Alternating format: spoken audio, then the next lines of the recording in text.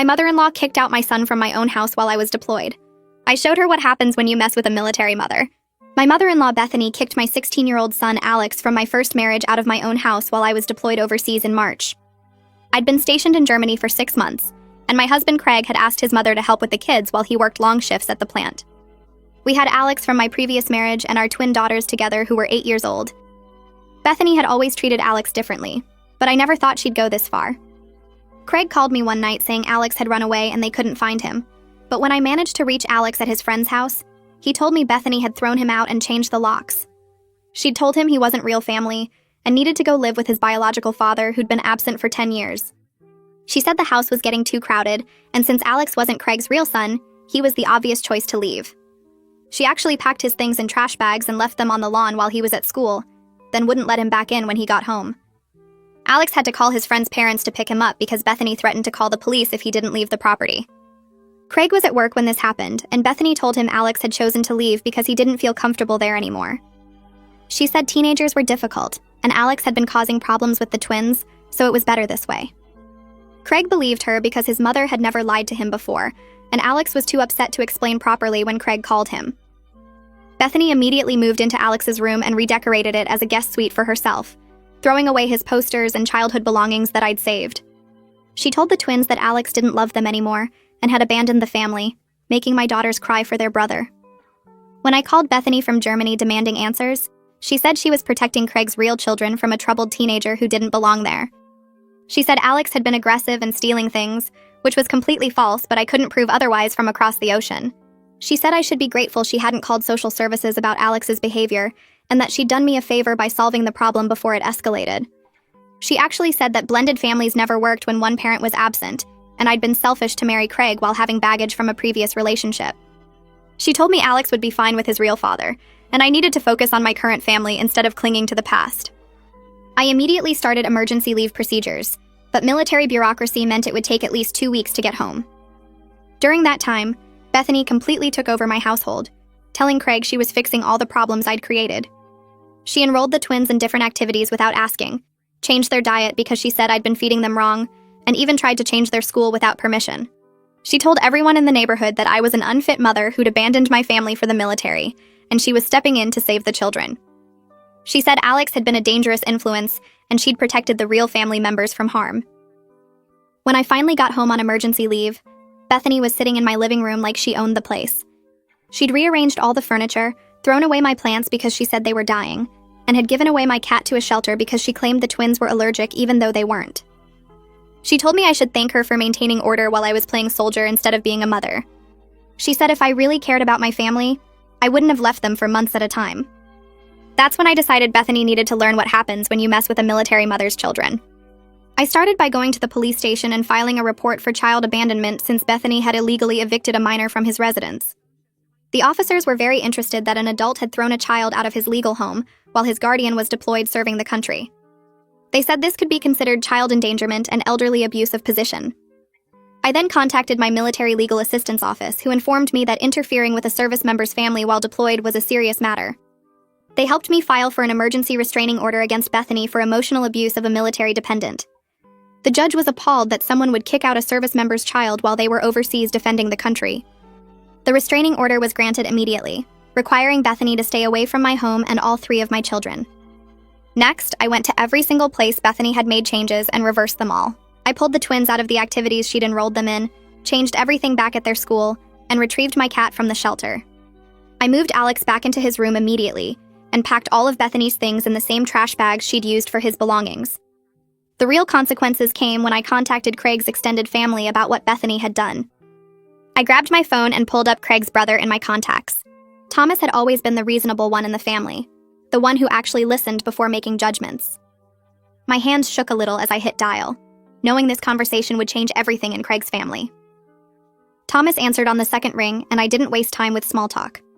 I told him exactly what his mother had done, starting with the trash bags on the lawn and ending with Alex being locked out of his own home while I was deployed in Germany serving our country.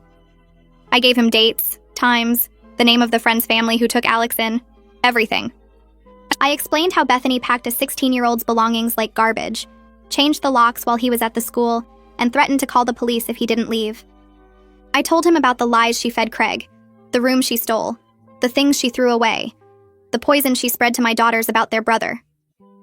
Thomas went completely silent for a long moment, and I could hear him breathing hard on the other end. When he finally spoke, his voice was tight with anger and disbelief. He said he'd heard Bethany's version about Alex being troubled and causing problems, but what I was describing was completely different from what she'd told the family. He asked if I had any proof because this was serious and he needed to be sure before he acted.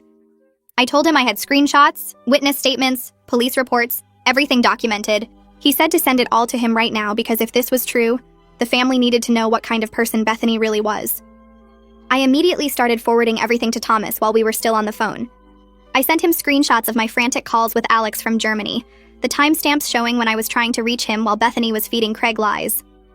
I forwarded Luna's written statement about finding Alex on the lawn with trash bags, her description of Bethany's cold refusal to let him back in his own home. I attached the police report documenting child endangerment and illegal eviction of a minor. I sent photos of Alex's destroyed room that Bethany had redecorated as her personal guest suite, throwing away years of his belongings and memories. Thomas was quiet as he opened each file and I could hear him clicking through the documents. He said he needed to call his wife right now and they'd get back to me within the hour. He apologized for not seeing through Bethany's lies earlier and said if everything checked out, the whole family would know the truth by tomorrow. He hung up and I sat there staring at my phone, knowing I'd just lit a fire that would burn through Craig's entire family. 40 minutes later, Thomas called back with his wife on the line. Marlena's voice was shaking with anger as she said she'd read everything and couldn't believe Bethany had done this to a child while his mother was deployed. She said they were calling every single person in Craig's extended family tonight and forwarding my documentation to everyone. Thomas said they were starting with the family group chat that included all the aunts, uncles, and adult cousins, the one Bethany used to spread her lies about me being an unfit mother. He said they'd make sure everyone saw Luna's witness statement and the police report before Bethany could spin another version of events. Marlena promised they'd explain exactly what happened, that Bethany illegally evicted a deployed service member's child and then lied to cover it up. They asked if I was okay with them sharing everything, and I said yes, share it all, because the truth needed to come out. Thomas said to expect calls from other family members once they saw the evidence, and that he'd handle anyone who tried to defend Bethany's actions. They both said they were sorry they hadn't questioned Bethany's story earlier, and that they'd make this right. The next 24 hours were intense as Thomas and Marlena worked through Craig's entire extended family. My phone started buzzing with messages from relatives I barely knew, all expressing shock and support. The family group chat that Bethany had used to spread lies about me exploded with activity as Thomas posted the documentation. I watched the message count climb as aunts, uncles, and cousins read through the evidence and reacted with anger at what Bethany had done. Several people posted that they'd believed Bethany's claims about Alex being troubled and now felt sick about it. Craig's cousin posted that she'd defended Bethany to neighbors and now realized she'd been spreading lies about a deployed soldier's child. Another uncle said he was ashamed the family had let this happen, without questioning Bethany's version of events. The anger in the chat was building, and it was all directed at Bethany for lying about a 16-year-old kid while his mother was overseas. Thomas kept the focus on the facts, reposting Luna's statement and the police report whenever anyone tried to soften what had happened. Bethany must have seen the family chat exploding because she suddenly started posting her own messages trying to control the damage. She claimed I was manipulating everyone and twisting the truth to make her look bad. She said she'd been protecting Craig's real family from a dangerous teenager who was causing problems. She posted that Alex had been aggressive and stealing things, that she'd had no choice but to remove him for the safety of the twins. She said I was an absent mother who'd abandoned my family for the military, and she'd stepped in to save everyone. But Thomas shut her down immediately by posting Luna's witness statement again with a comment asking how throwing a kid out with trash bags protected anyone. Marlena posted the police report with the child endangerment documentation and asked Bethany to explain how that was protecting family. Other relatives started piling on, pointing out that Bethany had lied to all of them and used their trust to hurt a child. Someone posted that kicking out a deployed service member's kid was shameful, no matter how Bethany tried to spin it. The family chat turned completely against her as people realized she'd manipulated them into supporting something cruel. My phone rang with an unknown number, and when I answered, an older man's voice said he was Craig's father calling to apologize. He said he was ashamed and angry that his ex-wife had done something so wrong to my son while I was serving overseas. He'd been divorced from Bethany for years but still heard family news, and he'd believed her version about Alex being troubled. Now he'd seen the real evidence and he felt sick about what she'd gotten away with while I was helpless in Germany. He said Bethany had always been controlling and manipulative, but he'd never imagined she'd go this far. He asked if there was anything he could do to help make this right, and I told him the truth coming out was already helping. but I said it would mean everything if he'd talk to Craig about what his mother had done, because Craig was struggling with guilt about believing her lies. He promised he'd call Craig today and make sure his son understood that Bethany had played on his trust to do something unforgivable. He said he'd also make sure the extended family kept supporting us and didn't let Bethany worm her way back in with more lies. I found Craig in our bedroom staring at his phone, reading through the family chat with tears running down his face. I sat down next to him and said we needed to talk about what his mother had done and how his immediate belief of her lies had hurt Alex. Craig's voice broke as he said he knew he'd failed to protect my son and he didn't know how to fix it. He said he'd trusted his mother his whole life and never imagined she'd lie about something so serious. He'd taken her word that Alex was troubled and causing problems without even asking Alex for his side of the story. He'd believed her claim that Alex chose to leave instead of questioning why a 16-year-old would suddenly abandon his home and siblings. Craig said he'd been so focused on work and managing the household that he'd let his mother take over without seeing her manipulation. He cried as he admitted he'd failed as a stepfather, and he didn't know if Alex would ever trust him again. I told him the trust was broken, and it would take time and consistent action to rebuild, but he needed to start by apologizing to Alex directly and taking full responsibility without making excuses. Craig called Alex right then while I sat next to him for support. His hands were shaking as he waited for Alex to answer, and when my son picked up, Craig's voice was thick with emotion. He said he was sorry for believing Bethany without asking Alex what really happened, sorry for not protecting him, sorry for letting him feel unwanted and abandoned. He said there was no excuse for taking his mother's word over Alex's well-being, and he'd failed as a stepfather in the worst possible way. Craig took full responsibility for not verifying anything Bethany claimed, and for not even trying to hear Alex's side before accepting that he'd chosen to leave. He said he understood if Alex couldn't forgive him, and that he'd spend however long it took proving through actions that Alex was wanted and valued in our family. Alex's voice was quiet and guarded when he responded, saying he accepted the apology but things felt different now. I could hear the hurt in my son's voice even as he said the right words, and I knew rebuilding that relationship would take months or years of Craig proving himself trustworthy.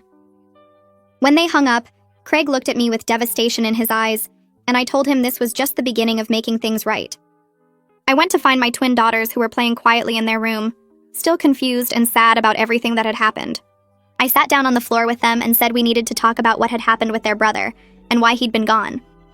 I explained in simple terms that Alex hadn't chosen to leave and hadn't stopped loving them. I told them that their brother had been forced out of the house by someone who did something very wrong. The twins looked at me with wide eyes and asked if I meant someone bad had made Alex go away. I said yes. Someone they trusted had done something wrong and told lies about Alex not loving them anymore. I explained that adults sometimes make very bad choices and hurt people they're supposed to protect, and that's what had happened here. I told them Alex had missed them every single day he was gone and had wanted to come home, but couldn't until I got back to fix things. The twins started crying and asking why someone would lie about Alex not loving them. I pulled them both close and said that sometimes people make choices that hurt others because they want things their own way, even when it's wrong and mean. I told them the person who did this was someone they'd trusted, which made it extra confusing and hard. I explained that Alex was their big brother who loved them very much and had never wanted to leave them. I said he'd been very sad and scared when he had to go and had worried about them the whole time. I reassured them that Alex was coming back home where he belonged, and they'd get to see him soon. I told them it was okay to feel confused and sad about what happened, and that we'd talk about it as much as they needed to understand. The girls asked if the person who lied was going to come back, and I promised them that person wouldn't be allowed near our house or family anymore because what they did was so wrong. I reassured them that no one who hurt them would be allowed near our house again, and that they were safe with me, Craig, and Alex. The twins asked when Alex was coming home, and I told them he'd be back that evening, which made them both brighten up for the first time since I'd gotten home. I spent the rest of the afternoon preparing Alex's room, making sure everything was ready for his return. Craig came home from work early and helped me move the last of Bethany's guest suite decorations into boxes for storage. We worked in silence mostly, both of us processing everything that had happened. When Alex's friend Kieran's mom dropped him off around 6 that evening, I heard the front door open and the twins shrieked with excitement. I came out of the kitchen to see my daughters running full speed down the hallway toward their brother. They crashed into him with so much force that Alex actually stumbled backward a step, wrapping his arms around both of them as they started crying. The twins were apologizing over and over, saying they were sorry for thinking he didn't love them anymore. Alex knelt down to their level and hugged them tighter, telling them it wasn't their fault, and that he'd never stopped loving them for even 1 second. He said Grandma Bethany had lied to them and done something very wrong, but that he was home now and wasn't going anywhere.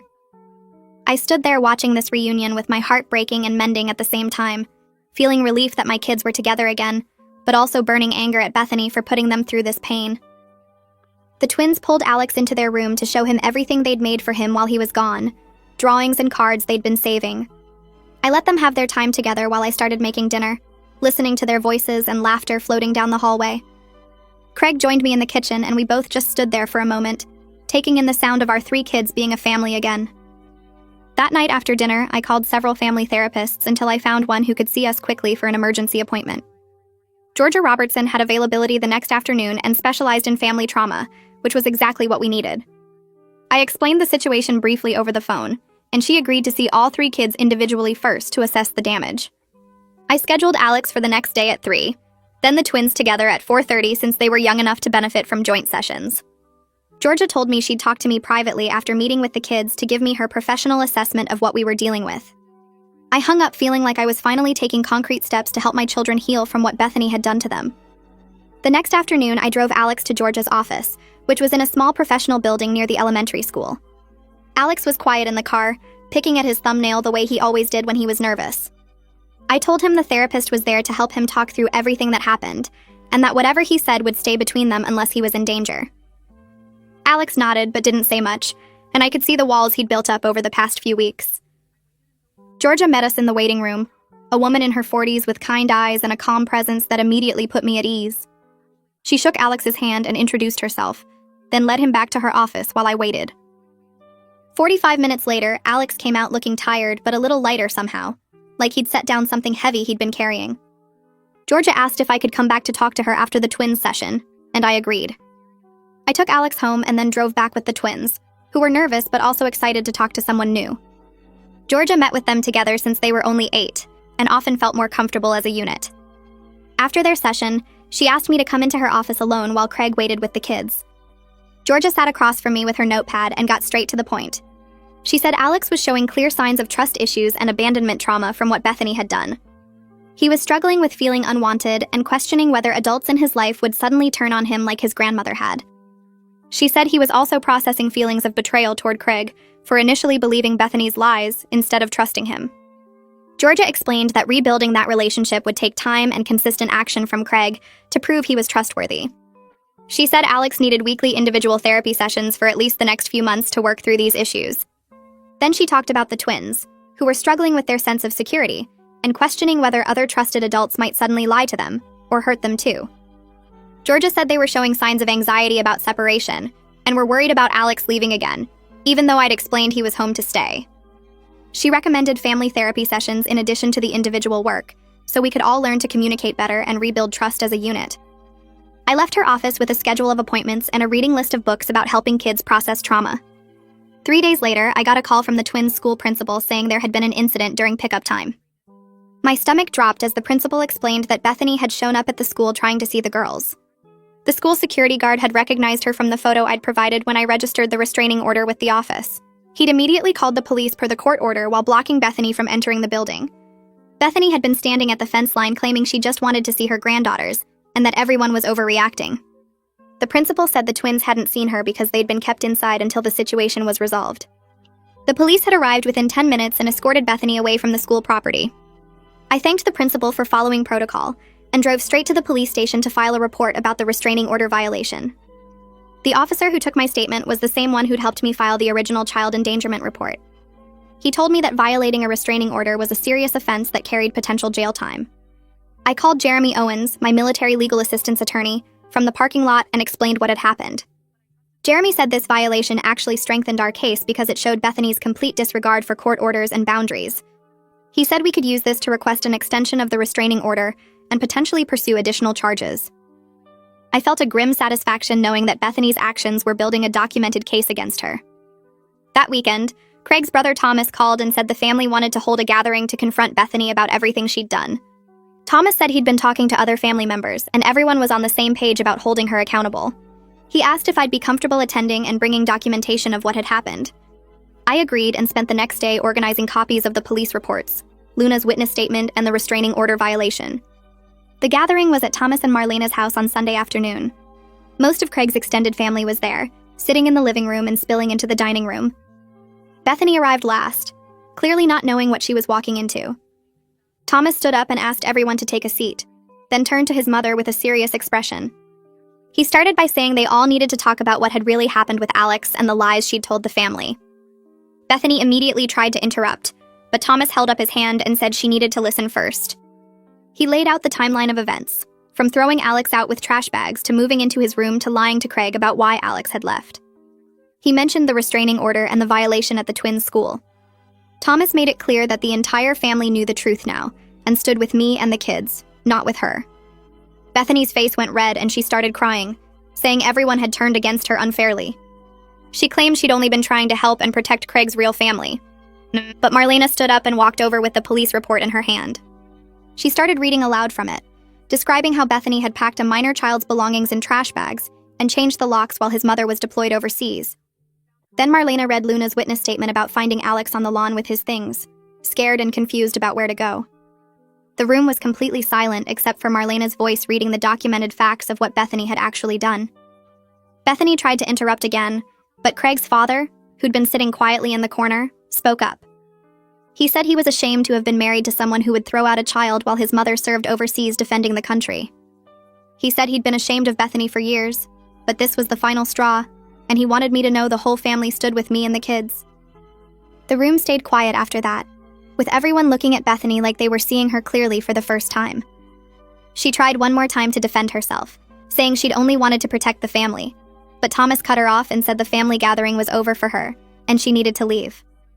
Craig's uncle walked her to the door while she cried and protested, and after she left, the whole family spent another hour talking about what had really happened and how they could support us going forward. Several relatives apologized for believing Bethany's lies about Alex being troubled, and Craig's father said he wanted to help pay for family therapy since his ex-wife had caused so much damage. That weekend, I took Alex to the hardware store to pick out new paint for his room, letting him choose whatever color he wanted to replace the boring beige Bethany had painted over his dark blue walls. He picked a deep navy color, and we spent Saturday afternoon painting together while Craig worked on removing the fancy curtains Bethany had hung and reinstalling Alex's old blackout blinds. Alex was quiet for most of the painting, just focusing on getting the roller strokes even, but then he stopped in the middle of the second wall and set down the roller. He stood there looking at the half-painted wall and started talking about that day when Bethany changed the locks. He described coming home from the school and seeing his stuff in trash bags on the lawn, all his clothes and books and the gaming console I'd saved up to buy him for Christmas just dumped out there like garbage. He said he'd tried his key in the front door 3 times before he understood that she'd actually locked him out of his own house. And he'd stood there on the porch knocking and calling for Bethany while she watched him through the window and didn't open the door. He talked about how scared he was, not knowing where to go or what he'd done wrong, wondering if Craig had told her to get rid of him because he didn't want a stepson anymore. He said he'd called Craig's phone 5 times, but it went to voicemail because Craig was in a production meeting at the plant, and he'd finally called Kieran's mom because he didn't know what else to do. His voice cracked when he described sitting on the curb with those trash bags, watching other kids from the school walk by and stare at him, feeling like everyone could see that he'd been thrown away. He said the worst part was wondering if I would even care when I found out, or if I'd agree with Bethany that he didn't really belong in our family since he wasn't Craig's real son. I set down my own paint roller and walked over to him, putting my hands on his shoulders and making him look at me. I told him that what Bethany did had nothing to do with him being wanted or not wanted, that it was entirely about her being cruel and controlling and unable to handle not being the center of attention in Craig's life. I said she'd seen him as competition for Craig's love, and had decided to eliminate that competition in the most horrible way possible, but that her actions reflected her problems, not his worth. I promised him that I would never let anyone make him feel unwanted in our home again, that this was his house and his family, and nobody would ever change the locks on him. I told him Craig was working hard in therapy to understand how he'd failed to protect him and to prove he could be trustworthy again, even though I knew the trust between them was badly damaged. I said it was okay if he needed time to believe that he was safe here, that he didn't have to forgive anyone on any timeline, but his own, and that I would make sure he always had a place to come home to, no matter what. Craig came into the room then carrying Alex's old posters that I'd stored in the garage after rescuing them from Bethany's trash bags. He set them down carefully against the wall and told Alex that he'd failed him by believing his mother's lies without even asking for Alex's side of the story. He said he should have known something was wrong when Bethany claimed Alex had just were chosen to leave, because Alex had never shown any signs of wanting to go, and he should have driven straight to Kieran's house that night instead of accepting his mother's explanation. Craig said this was Alex's home and his room and his family, and that Craig had let him down by not protecting him from Bethany's manipulation and control. He promised to do better, and to put Alex's needs ahead of his mother's feelings from now on, and said he understood if Alex needed space and time to decide whether he could trust Craig again. Alex nodded but didn't say much, just picked up his paint roller and went back to working on the wall, and I could see the relationship between them was damaged, but maybe not completely broken. Craig stayed and helped us finish painting, and we worked in mostly silence except for asking each other to pass supplies, but it felt like a small step towards something better. The family therapy sessions with Georgia continued every week, with her working on rebuilding trust between Alex and Craig through structured conversations and accountability exercises. She had Craig make specific promises to Alex about things like attending his soccer games and being home for dinner at least 4 nights a week, then tracked whether he followed through. Georgia explained that trust was rebuilt through consistent action over time, not through apologies or big gestures, and that Craig needed to demonstrate through his behavior that he prioritized Alex's well-being over his mother's feelings. She worked with Alex on expressing his feelings and needs clearly, instead of shutting down or pulling away, teaching him that he had the right to expect reliability from the adults in his life. The sessions were often uncomfortable, with Craig having to sit with Alex's anger and hurt without defending himself, but Georgia said that discomfort was necessary for real change to happen. 2 weeks after the school incident, we had a court hearing about Bethany's violation of the restraining order. Jeremy had prepared a detailed presentation showing her pattern of boundary violations and manipulation, including the original eviction of Alex, her takeover of my household while I was deployed, and now this attempt to access the twins at the school, despite a clear court order. The judge listened to Bethany's lawyer try to explain that she just wanted to see her granddaughters, and hadn't meant any harm, but the judge cut him off and said that wanting to see someone didn't give anyone the right to violate a court order designed to protect children. Jeremy presented Luna's witness statement again, along with photos of Alex's belongings in trash bags on the lawn, and the judge's face got harder as he reviewed the evidence. The judge asked Bethany directly if she understood that she'd thrown a minor child out of his home while his mother was deployed overseas defending the country, and Bethany started crying and saying she'd been trying to help Craig's real family. The judge said that wasn't an answer to his question, and asked again if she understood what she'd done, and Bethany finally whispered yes. He extended the restraining order for another full year with even stricter terms, saying Bethany was not to come within 500 feet of our home, the twins' school, Alex's school, or any location where she knew the children would be present. The judge also ordered Bethany to complete a parenting boundaries education program and anger management counseling as conditions of her probation. He said if she violated the order again in any way, she would face immediate jail time, and he wanted her to understand that the court took interference with military families very seriously. Bethany's lawyer tried to argue that jail time was excessive, but the judge said that throwing out a child while his parents served overseas was excessive, and that Bethany needed to face real consequences for her actions. Jeremy told me afterward that the judge's ruling was about as strong as we could have hoped for, and that the mandatory programs might actually help Bethany understand boundaries, though he wasn't holding his breath. The next week, Craig came home from work and told me his boss had pulled him aside to express support for our family situation.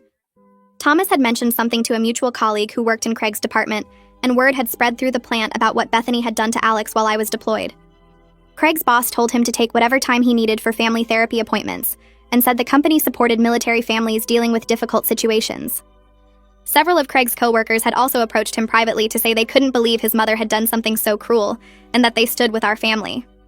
Craig said the community support made him realize how wrong his mother's actions had been, because people who barely knew us were more outraged on Alex's behalf than he'd initially been. He said he was ashamed it had taken other people's reactions to make him fully understand the severity of what his mother had done, but he was grateful for the wake-up call.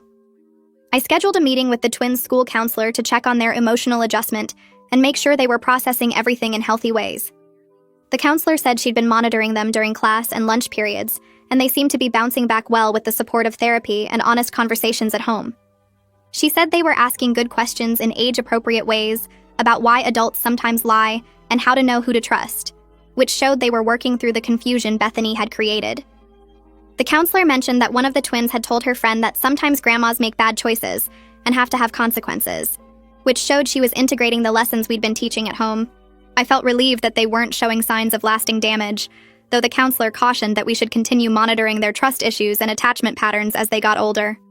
A few days later, Luna called and invited our whole family over for dinner on Friday night, as a gesture of support and solidarity.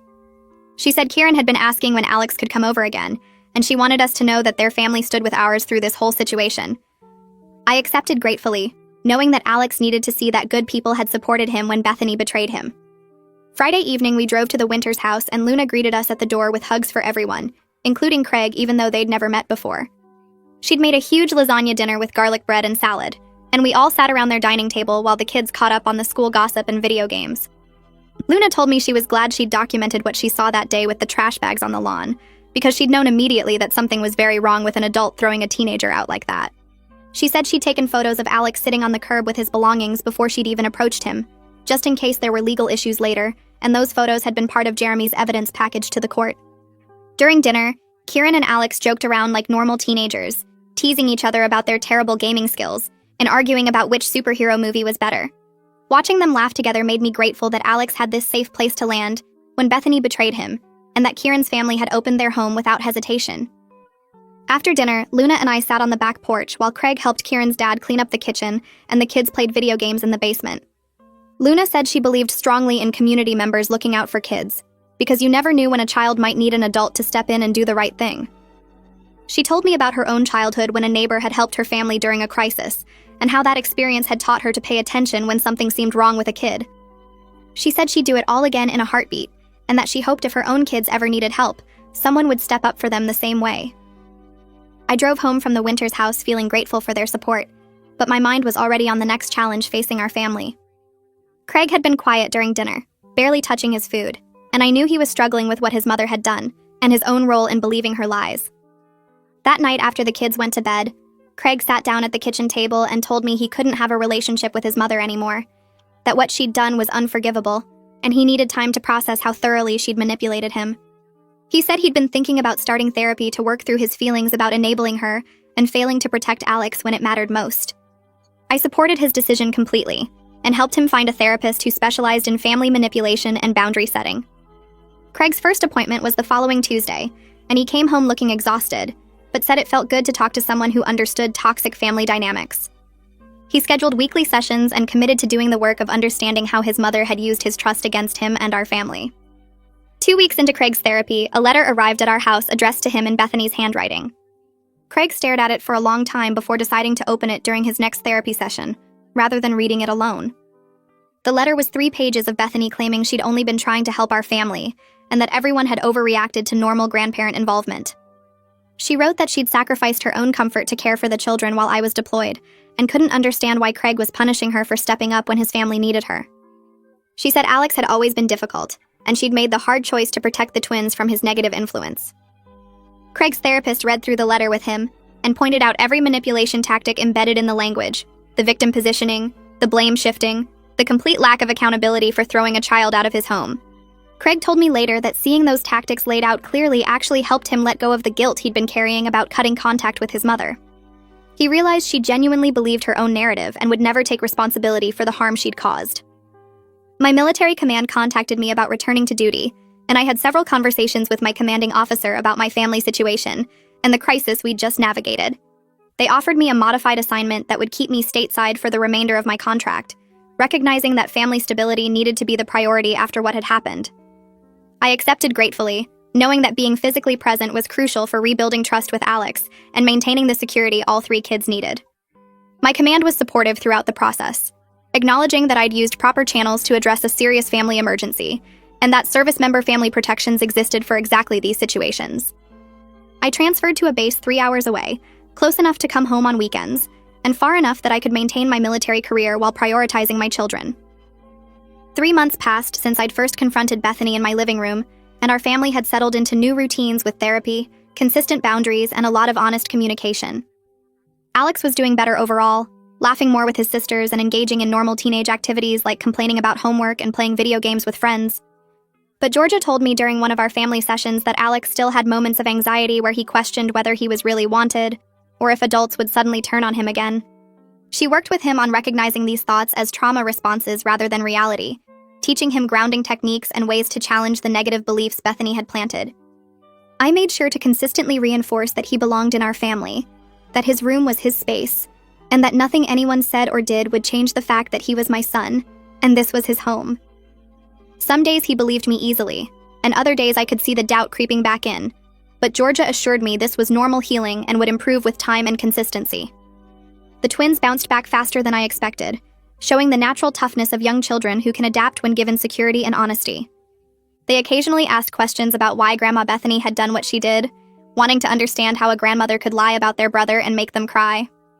I answered honestly, but in ways they could understand, explaining that Bethany had made very bad choices because she wanted to control our family and didn't respect that I was their mom and got to make decisions about our home.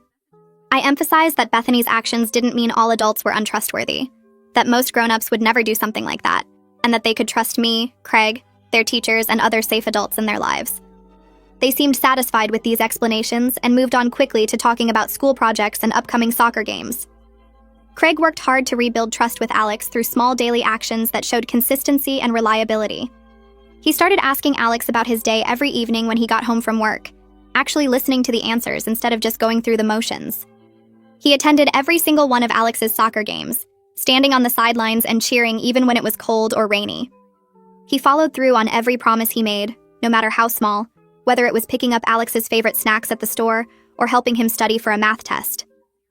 Alex slowly started responding more openly, sharing details about school drama and asking Craig's opinion on things, but I could tell the easy relationship they'd had before was gone. They were rebuilding something new, something more cautious, and I didn't know if they'd ever get back to the comfortable stepfather and stepson dynamic they'd shared before Bethany destroyed that trust. I noticed Alex maintaining a polite but guarded distance around Craig, answering questions but not volunteering extra information, accepting help but not seeking it out the way he used to. It broke my heart to see my son protecting himself this way, keeping emotional walls up against someone who was genuinely trying to make amends. I talked to Georgia about it during one of my individual parent sessions, and she told me this was a completely normal protective response to betrayal. She explained that Alex had trusted Craig to have his back, and when Craig believed Bethany's lies without even asking for Alex's side of the story, that trust shattered in a fundamental way. Georgia said trust could be rebuilt over time if Craig remained consistent, but it would require patience and acceptance that the relationship had fundamentally changed and might never return to what it was before. She warned me not to push Alex to forgive or trust faster than he was ready, that forcing reconciliation would only damage things further. Craig's extended family started having gatherings without Bethany for the first time in decades, and the initial awkwardness gradually gave way to relief that we didn't have to deal with her manipulation and drama. Thomas hosted a barbecue in July, and everyone showed up, aunts and uncles and cousins filling his backyard with conversation and laughter. His kids asked where Grandma was, and Thomas knelt down to their level and explained honestly that she'd made serious mistakes and hurt people in the family, so she had to stay away until she took responsibility and showed she could be trusted again. The kids accepted this explanation and ran off to play, and the adults exchanged glances that said we were all grateful for her absence.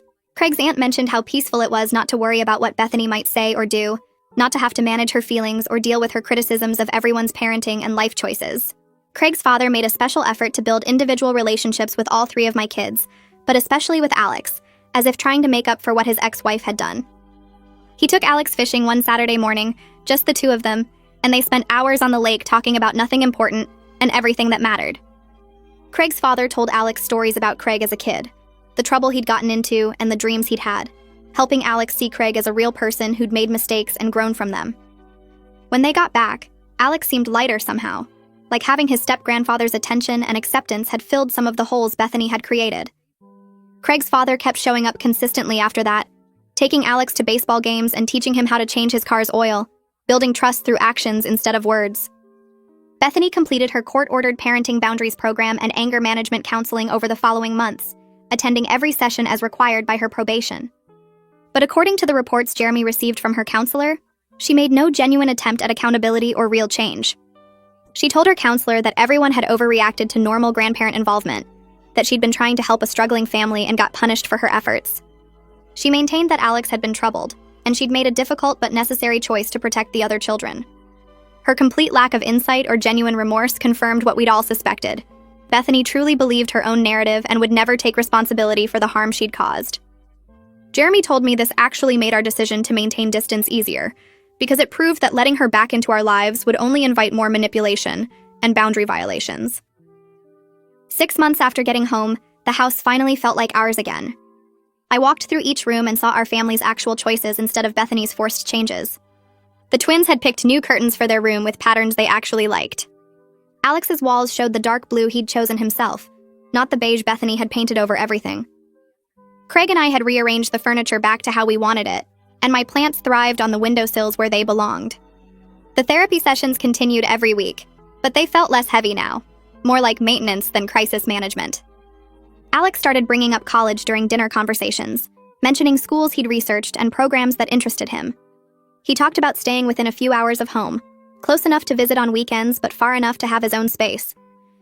I caught Craig's eye across the table when Alex said this, and we both understood what it meant that Alex still considered this home worth staying near. Georgia pointed this out during our next family session, explaining that future planning indicated Alex was processing the trauma and moving forward instead of staying stuck in what happened.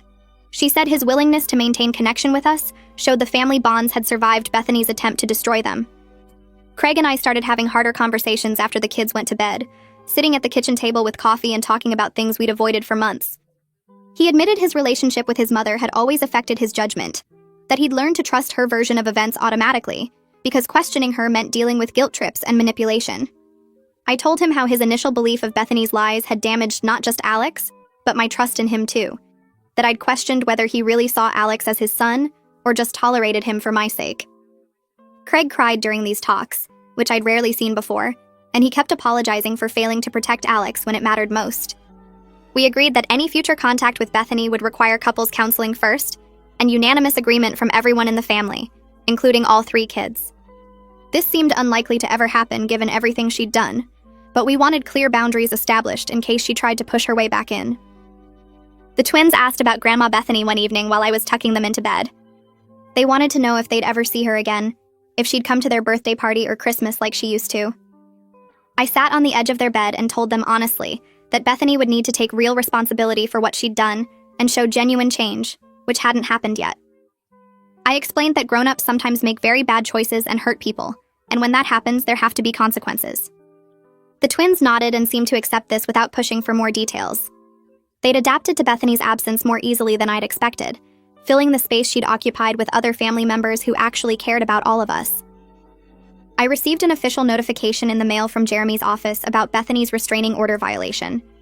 The document explained that the violation had resulted in a permanent record that would appear in any background check she underwent.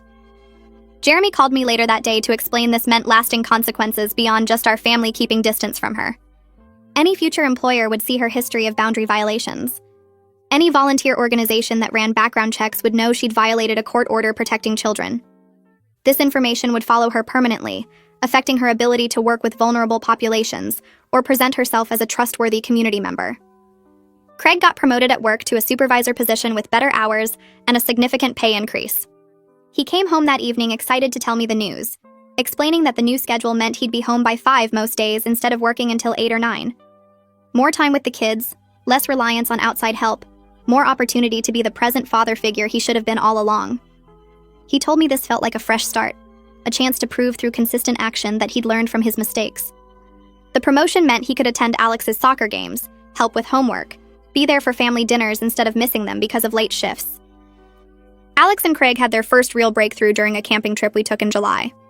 We'd rented a campsite near a lake, and setting up camp in a sudden rainstorm turned into a comedy of errors. Craig and Alex worked together trying to figure out the tent poles while rain soaked through their clothes. They kept getting the configuration wrong, poles collapsing and fabric sagging, and eventually they both started laughing at their complete incompetence at outdoor skills. I watched from under a tarp with the twins, seeing Alex and Craig actually relaxed around each other for the first time since the crisis. They got the tent up eventually, soaking wet and still laughing, and something had shifted between them. Not fixed completely, but cracked open enough to let some light through. Georgia met with me privately the following week for a progress check. She reviewed her notes from individual sessions with all 3 kids and told me they were making good progress across the board. Alex showed significant reduction in anxiety symptoms, sleeping better and having fewer panic attacks about abandonment. The twins demonstrated healthy attachment and trust in their immediate family, no longer questioning whether adults would suddenly turn on them. Georgia recommended continuing monthly maintenance sessions, but said the acute crisis phase had passed. The worst damage had been addressed, and now we were in the long-term healing stage, which would continue for years, but didn't require the same intensive intervention. I started organizing a support group for military families dealing with extended family boundary violations. I posted about it in some online military spouse forums and got immediate responses from people who'd experienced similar situations. We held our first meeting at the community center on base, and 3 other service members showed up with stories that echoed mine. One woman's father-in-law had tried to take custody of her kids while she was deployed. Another had returned home to find her mother had moved in and taken over completely. We spent 2 hours sharing experiences and creating a resource guide for protecting families while serving overseas. The group met monthly after that, and I felt useful helping others navigate situations I'd already survived. Bethany made one final attempt to contact Craig through a mutual friend from church. The friend called Craig asking if enough time had passed for reconciliation, saying Bethany missed her son and wanted to rebuild their relationship. Craig told the friend he needed to think about it and talk to his therapist and family first. We held a family meeting that evening with all 3 kids present. Craig explained Bethany's request and asked everyone how they felt about possible future contact. Alex said no immediately, his voice firm and his face closed off. The twins looked uncertain but said they didn't miss Grandma Bethany the way they missed other family members. I told Craig I couldn't support contact without genuine accountability and changed behavior, neither of which Bethany had shown. Craig called his therapist the next day and talked through the request. His therapist helped him see that Bethany's approach through a third party, instead of taking direct responsibility, showed she still wasn't willing to be accountable. She was testing whether enough time had passed for everyone to forget what she'd done, not whether she'd actually changed. Craig called the mutual friend back and declined, explaining that without genuine remorse and demonstrated change, contact would only risk reopening wounds that were finally healing. Craig spent 2 weeks working with his therapist to write a letter to Bethany that said exactly what needed to be said, without leaving room for her to twist his words or play victim. He showed me 3 different drafts before settling on the final version, and I watched him sign it at the kitchen table with shaking hands. The letter laid out in clear terms that throwing Alex out while I was deployed was unforgivable without genuine remorse, not excuses or justifications. He wrote that her violation of the restraining order proved she cared more about control than family well-being, and that any future contact would require real accountability, not performative apologies designed to get what she wanted. He mailed it certified mail so she couldn't claim she never received it, and then we waited to see if she would surprise us with actual self-reflection. 3 weeks later, Bethany's response arrived in our mailbox, and Craig opened it at the dining room table, while I stood beside him reading over his shoulder. She'd written 4 pages of victim language and justifications, claiming she'd only been trying to help, and that everyone had overreacted to normal grandparent involvement. She said Alex had been troubled and she'd made a judgment call to protect the twins, conveniently forgetting that she'd lied to Craig about what actually happened. She claimed the restraining order was excessive, and that I'd poisoned the family against her because I was jealous of her close relationship with Craig. She wrote that she'd completed her court-ordered programs and felt she'd done her part, so now it was everyone else's turn to forgive and move forward. Craig read the whole thing twice, then set it down on the table and looked at me with something like relief in his eyes. He said he finally saw clearly how she manipulated language to avoid responsibility, twisting every situation to make herself the victim, while never acknowledging the actual harm she caused. He told me he was done trying to get through to her, done hoping she'd change, done carrying guilt about maintaining distance from someone who refused to be accountable. 9 months had passed since I'd come home from Germany to find my son thrown out, and my household taken over, and Alex and I were driving back from his soccer practice on a Tuesday evening in December. The radio played quietly, and he was looking out the window at the Christmas lights people were starting to put up, when he said he was glad I'd come home and fixed everything, even though he knew some things couldn't be completely fixed. His voice was matter-of-fact but not bitter, and he said he felt safe again, knowing I would always protect him, and that Craig was genuinely trying to make things right. He said that was more than he'd expected after Craig had believed Bethany's lies so easily, and he appreciated that Craig kept showing up to therapy and following through on promises, instead of just saying sorry and expecting everything to go back to normal. I kept my eyes on the road but reached over to squeeze his shoulder, my throat tight with gratitude that my son could acknowledge progress while being honest about lasting damage. Craig was in the kitchen making dinner when we got home, and he must have heard what Alex said through the open window, because he pulled me aside later that evening after the kids were in bed. He told me it meant everything to know that Alex saw his efforts and acknowledged the progress, even if full trust hadn't returned and might never fully return. His voice cracked when he said he'd spent months terrified that Alex would never forgive him for that initial betrayal, for believing his mother over Alex's desperate calls, for not protecting him when it mattered most.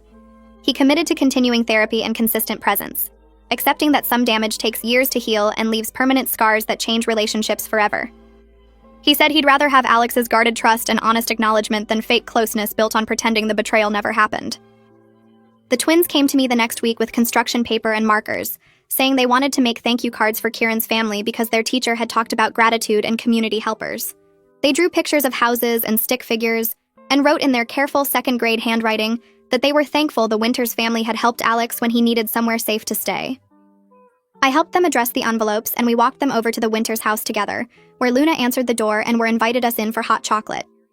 She read the cards right there in her entryway, and tears filled her eyes as she told the girls these were the sweetest things she'd ever received.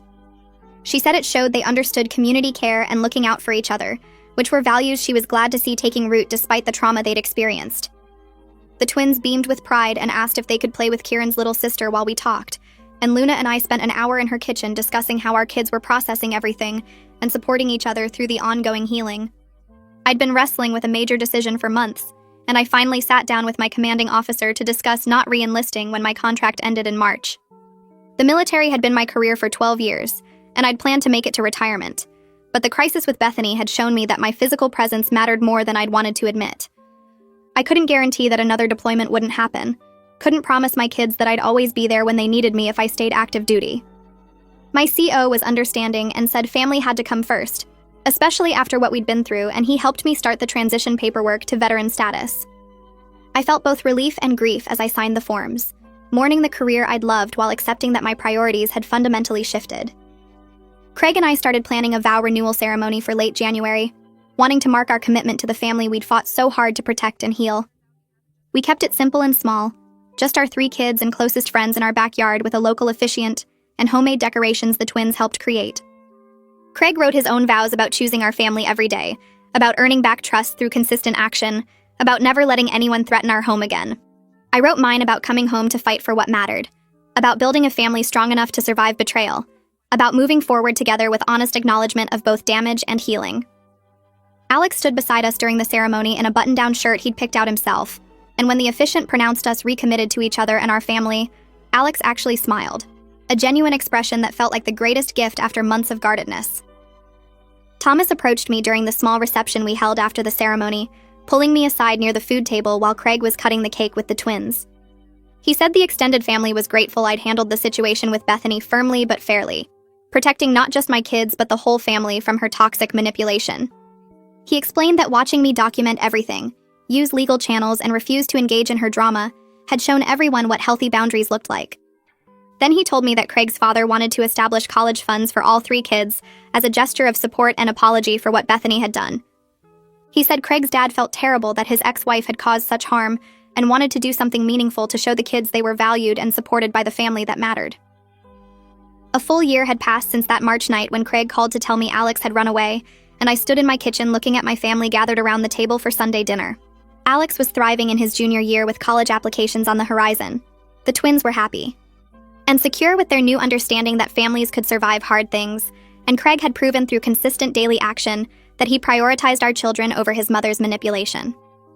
We still had moments of struggle, still dealt with Alex's occasional guardedness, and the twins' questions about why Grandma Bethany couldn't visit, but we'd genuinely healed in the ways that mattered most. We carried awareness that trust could be broken and had to be actively maintained, that family wasn't just blood, but consistent choice and protection, that some people would always prioritize control over love. Georgia scheduled a final family session for early February to mark our official transition from active therapy to occasional check-ins as needed. She gathered all 5 of us in her office and reflected on our progress and resilience, noting that we'd done the hard work of honest communication, accountability, and rebuilding that many families avoided because it was uncomfortable. She told the kids they should be proud of how they'd processed difficult emotions and maintained connection despite betrayal by a trusted adult, and that the skills they'd learned would serve them throughout their lives. She said Alex's ability to acknowledge both progress and lasting damage showed emotional maturity beyond his years, that the twins' capacity to extend forgiveness while maintaining boundaries was remarkable, and that Craig's commitment to consistent action rather than empty promises had made all the difference. She looked at me and said I'd protected my family fiercely, while still allowing space for healing and growth, and that balance was what had made our recovery possible. I started my new job with the Veteran Family Services office in April, walking into a small brick building downtown where 3 other advocates worked at metal desks covered in case files. My supervisor handed me a thick folder on my first day and told me my experience made me perfect for developing new protocols about family interference during deployments. I spent 2 weeks interviewing other service members who dealt with relatives overstepping while they were overseas, hearing stories about grandparents who tried to get custody, siblings who emptied bank accounts, and parents who turned kids against deployed mothers and fathers. Each interview made me angrier about how common this problem was, and how few protections existed to stop family members from causing damage, while service members couldn't defend themselves or their children. I worked with the legal team to draft guidelines for identifying warning signs before deployment, establishing clear boundaries with extended family, and creating emergency contact protocols that bypassed potentially harmful relatives. The protocols included requirements for schools and doctors to verify any major changes with the deployed parent directly, not just whoever showed up claiming authority. Alex's college acceptance letters started arriving in March, thick envelopes from 6 different schools with financial aid packages that made his education actually possible. He spread them across the kitchen table one Saturday morning, reading through scholarship offers and grant amounts while Craig and I watched him process his options. He narrowed it down to 3 schools, then spent a week visiting campuses and sitting in on classes before making his final choice. He picked a state university 2 hours north that offered him nearly full financial aid and had a strong program in what he wanted to study. He told me over dinner that night that he wanted to stay close enough to visit regularly because our family had fought for him when it mattered, and that kind of loyalty meant everything to him. Craig had to leave the table for a minute after Alex said that, and when he came back, his eyes were red, but he was smiling. Craig's father called in early May to say he wanted to host Alex's graduation party at his house, inviting the entire extended family to celebrate. The party happened on a warm Saturday afternoon with tables set up in the backyard and relatives arriving with gifts and congratulations.